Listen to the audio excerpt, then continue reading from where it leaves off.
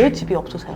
누가 도와줘요? 아무도 나를 안 도와준다고요. 얼떨결에 내 집 마련을 하게 됐는데 그때 알았어요. 진짜 어떻게든 할 걸, 무리해서라도. 신도시 같이 대규모로 하는 것도 있지만 소규모로도 많이 합니다. 이것도 굉장히 좋은 입지의 물건을 일반인이 가질 수 있는 기회예요. 여기는 경쟁이 별로 없어요. 일반인들이 모르는 시장이잖아요. 그래서 시세보다 저렴하게 낙찰을 받을 수 있기 때문에 살 때부터 사실은 돈이 되는 거죠.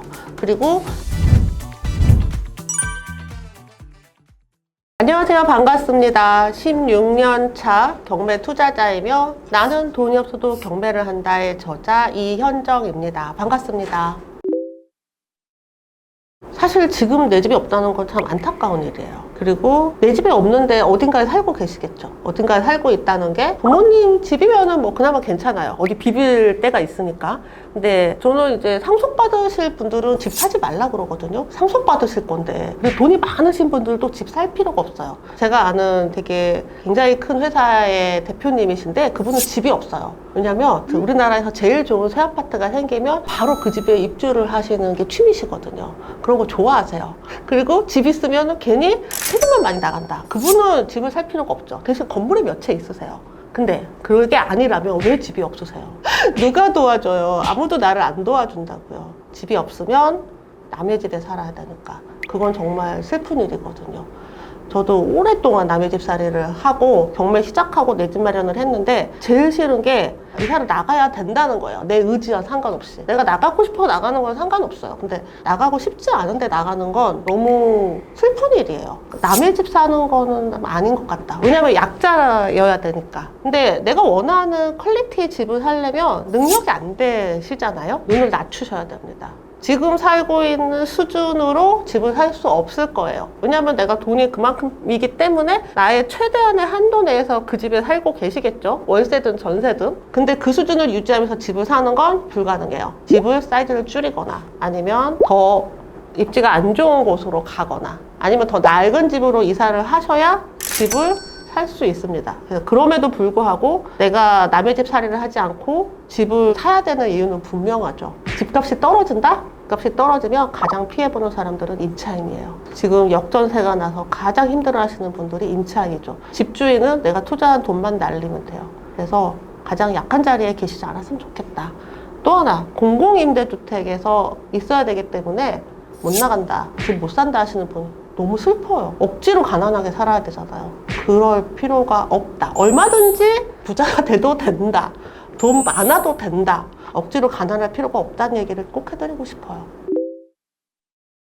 사실 이제 부동산 시장이 폭락한다, 전세가 폭등한다, 얘기가 참 많아요. 그리고 제가 투자를 시작하고 나서 이렇다더라 얘기 정말 많이 들었는데 항상 느끼는 거지만 반은 맞고 반은 틀리거든요. 2월 이후로 법원에 사람들이 점점 많이 몰려들고 있어요. 2월 달부터 살금살금 이제 오르기 시작을 하더니 봄쯤 되니까 법원에 발디딜 틈이 없이 정말 많은 사람들이 오고 계시고요. 경쟁률이 굉장히 늘었습니다. 그러다가 총선 때 잠깐 주춤을 했고요. 지금 다시 입찰 경쟁이 다시 오르고 있는 상황이에요. 특히 서울의 아파트 같은 경우에는 감정가보다 높은 가격으로 낙찰되는 사례들도 많고요. 어떤 물건에는 40명, 50명씩 입찰에 참여하기도 합니다. 그래서 좀 법원은 좀 뜨겁다. 점점 더 뜨거워지고 있는 상황이라고 보실 수 있어요. 조금 덜 뜨거웠으면 좋겠습니다. 개인적으로는 좋은 낙찰이 작년에는 꽤 많았고요. 겨울에도 좋은 낙찰이 많았거든요. 심지어 서울에 있는 빌라 같은 경우 거의 신축 빌라예요. 10년도 안 된 신축 빌라가 50%의 낙찰도 됐었거든요. 지금은 감정가 대비 못해도 70, 높으면 90% 넘게도 낙찰이 되거든요. 그만큼 경매 투자를 하시는 분들의 수익이 좀 낮아지게 된 거죠. 그래서 저는 경쟁이 좀 안 높았으면 좋겠고요. 부동산 시장이 조금 더 하락해도 투자할 수 있는 기회가 좀 더 길어졌으면 좋겠다라는 생각은 있습니다. 저는 10년 후의 부동산 시장과 우리나라 인구 구조에 대해서 별로 고민하지 않아요. 그리고 처음 시작하시는 분들한테 항상 얘기를 하죠. 내가 사는 집은 괜찮아요. 내가 사는 집은 내가 편한 곳에 하면 되는데 투자로 하시는 집들은 그냥 2년 있다 파세요. 2년 있다 받아줄 곳이 있는 곳이면 됩니다. 그리고 이 먼 미래를 미리 걱정할 필요는 없지 않나. 저도 제가 여기서 이렇게 촬영하고 있을지 10년 전에 전혀 몰랐거든요. 그래서 먼 미래를 미리 걱정할 필요가 없고 우리는 아마 잘 해내지 않을까라는 생각이 있습니다.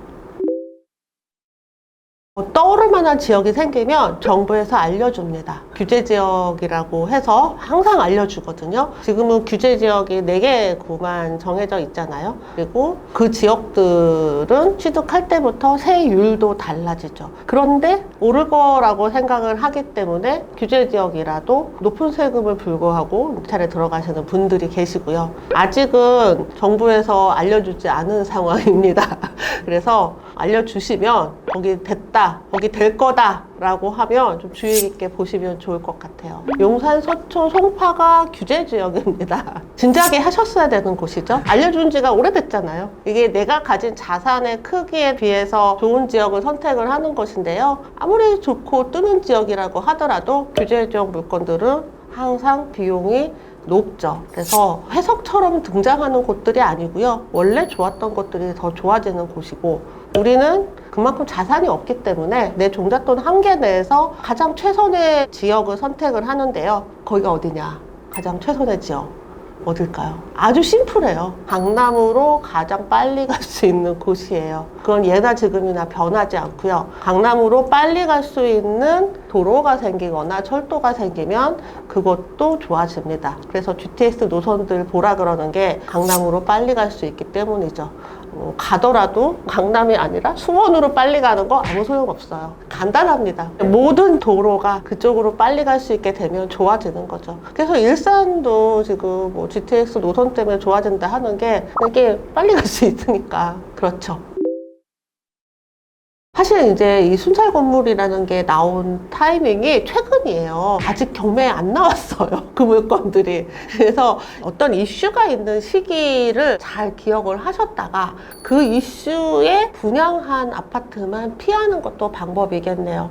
그러니까 지금 이렇게 자재를 빼먹는 것도 일시적으로 그 전에는 이렇게까지 안 했거든요. 근데 자재비도 오르고 공사비도 오르고 하다 보니까 하자가 좀 많아지는 시기가 최근 몇 년이었단 말이죠. 요 시기에 분양하는 아파트는 그럴 수도 있겠다. 그래서 현장에서 조금 더 꼼꼼하게 파악을 하셔야 되죠. 우리가 이제 조사를 할 때 사전 조사를 한단 말이에요. 아파트 이름을 딱 치면 그게 있어요. 어떤 아파트는 누수를 했다는 포스팅이 막 돼 있는 게 있어요. 그러면 이 아파트는 누수가 좀 많은 상황인 거예요. 어떤 아파트는 배관이 문제가 있다고 배관 업체에서 올린 거예요. 우리가 거기 배관 어떤 아파트 수리했어요. 그게 여러 개 있다. 여기는 배관이 문제가 있구나 라고 파악을 할 수가 있어요. 그래서 그런 식으로 약간 우회해서 파악하는 게 또 방법일 것 같네요. 인구의 반이 수도권에 몰려 살고 있기 때문에 수도권이 안전하죠. 그런데 수도권이 경쟁률이 높아요. 그런데 지방은 상대적으로 경쟁이 낮죠. 지방도 인구들이 모여 있는 곳들이 있어요. 그래서 보통 뭐 10만 이상의 도시라 하면 쉽게 무너지지 않는다라는 얘기가 있는데요. 그렇다 하더라도 그 도시 안에서도 중심 지역에 있어요. 우리가 서울 수도권에서는 1시간 거리가 그리 멀지 않잖아요. 근데 지방에서는 20분만 가도 멀다고 느끼거든요. 그냥 막히고 막 이러지 않으니까. 그러니까 모여 산단 말이에요. 핫한 지역에. 그 지역을 벗어나지 않는 게 좋고요. 그리고 이제 이 도심이라고 하는데 도심이 구도심에서 신도심으로 또 바뀌어요. 여기 새로 개발을 하게 되면 여기 있는 사람들이 또 이쪽으로 이사를 하게 되죠. 그래서 이런 것들도 같이 고려하시면 좋을 것 같아요. 그리고 지방 중에서 인구 소멸 지역들은 다른 관점에서 보셔야 됩니다. 임차인이 없어요. 항상 이제 이 집에 누가 살 것인가를 염두에 보시라는 게 바로 그런 개념인데요. 외곽 지역이다 하더라도 거기에 큰 기업이 있으면 괜찮아요. 그 기업이 망할 기업이 아니라면 뭐 그렇잖아요. 이천에는 하이닉스가 있고 삼성은 이제 수원에 있기 때문에 거기 임대시장은 탄탄하단 말이죠. 근데 그런 식으로 지방에도 기업들이 이전을 해가거나 뭐 하는 곳들이 있습니다. 그러면 거기는 임대시장이 괜찮아요. 그리고 그 기업이 대기업이라면 협력업체들도 많이 가거든요. 그래서 그런 것들을 파악을 해서 여기에 과연 어떤 임차인이 들어올 것인지를 늘 고민을 하셔야 돼요. 인구 소멸 지역에서는 그런 게 좀 곤란하겠죠? 그러면 뭐 최근에 그런 얘기도 하시더라고요. 하더라고요. 거기를 뭐 이렇게 관광할 수 있는 곳으로 한다. 뭐 그런 특별한 요소를 만들어줘야 되겠죠. 지금 지방의 아파트들을 단기 매도를 지금 많이 하고 있어요. 왜 그러냐면 지방 미분양과 구축 아파트는 완전히 다른 시장이에요. 미분양 물건들은 새 아파트잖아요. 새 아파트를 원하시는 분들과 지방의 구축 아파트를 원하시는 분들은 완전히 다른 사람들입니다. 그래서 지금 이제 경매하시는 분들은 지방 법원에 서울에서도 많이 내려가시고 지방에 계신 분들도 많이 참여를 하고 계세요. 주로 거래가 살아있는 단지 를 합니다. 물론 가격이 많이 하락했어요. 근데 그거보다 더 싸게 살 수 있다면 충분히 수익이 나는 거죠. 그래서 근데 사실 지방 미분양 물건들이 해소가 되는 시점이 언젠간 오겠죠. 경매로 봤을 때 지방의 구축 아파트 이미 빠질 만큼 빠진 곳들은 충분히 메리트가 있습니다. 그리고 서울은 낙찰을 아무리 잘 받아도 감정가에서 한 10% 정도 받으면 잘 받았다 합니다. 한 15%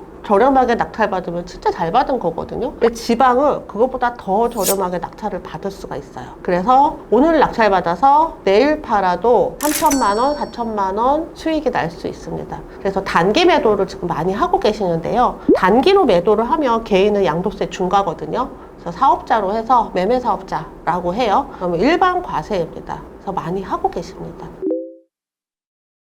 토지는 부동산의 하이라이트고요. 사실은 부동산에서 크게 수익을 보신 분들은 대부분 토지예요. 아파트 해봤자 아파트가 시세 차익이 많이 나도 다 세금 뭐 나가고 이런 거 하다 보면 딱 어느 정도 선이 있거든요. 근데 토지는 토지가 어느 지역에 있느냐에 따라서 또 이 토지를 어떻게 개발하느냐에 따라서 수익이 굉장히 크게 달라지죠. 토지는 먼저 이제 용도라는 게 나라에서 정해진 어떤 용도로 써라 라는 게 정해져 있어요. 그래서 여기는 사람들이 쉬어야 되니까 그냥 산으로 놔둬야 돼 라고 딱 정해져 온 곳이 있고요. 여기는 사람들이 다 자는 곳이야. 여기는 사람들이 물건을 만드는 곳이야 라고 다 해놨단 말이죠. 그래서 많은 사람들이 모여서 많은 일을 할 수 있을수록 좋은 토지예요. 서울에 이제 상업지구가 좋죠. 근데 일반인들은 할 수가 없어요. 굉장히 비싸고 규모도 크고 그래서 일반인들이 할 수 있는 곳은 좀 정해져 있습니다. 그래서 주거용 토지도 뭐 아주 잘하면 이렇게 빌라 2개를 철거를 하고 뭐 오피스텔 하나를 짓는다던가 작은 빌라를 짓는다던가 이렇게 개발을 하시는 분들도 계시는데 이것도 사실 개인이 하기 쉽지 않죠. 그래서 보통 일반인들이 많이 하는 곳은 서울을 떠난 외곽, 수도권 외곽이나 도시의 외곽에 계획관리 지역이라고 있어요. 여기는 계획이 되어 있어요. 지금 이제 도시로 들어갈 건데 지금 관리하는 지역, 여기는 좀 개인이 할 만한 물건들이 있거든요. 여기에 뭐 논이나 밭이 치어도 상관이 없어요. 전밭 치어도 용도를 대지로 바꾸어서 건물을 올릴 수 있는 땅이라면 충분히 가치를 바꿔줄 수 있죠. 그리고 택지지구 같은 것도 분양을 하거든요. 신도시 같이 대규모로 하는 것도 있지만 소규모로도 많이 합니다. 이것도 굉장히 좋은 입지의 물건을 일반인이 가질 수 있는 기회예요. 그래서 경매라고 하면 법원 경매 말고 온비드 공매도 있거든요. 그래서 온비드 공매에서 요 택지 분양을 합니다.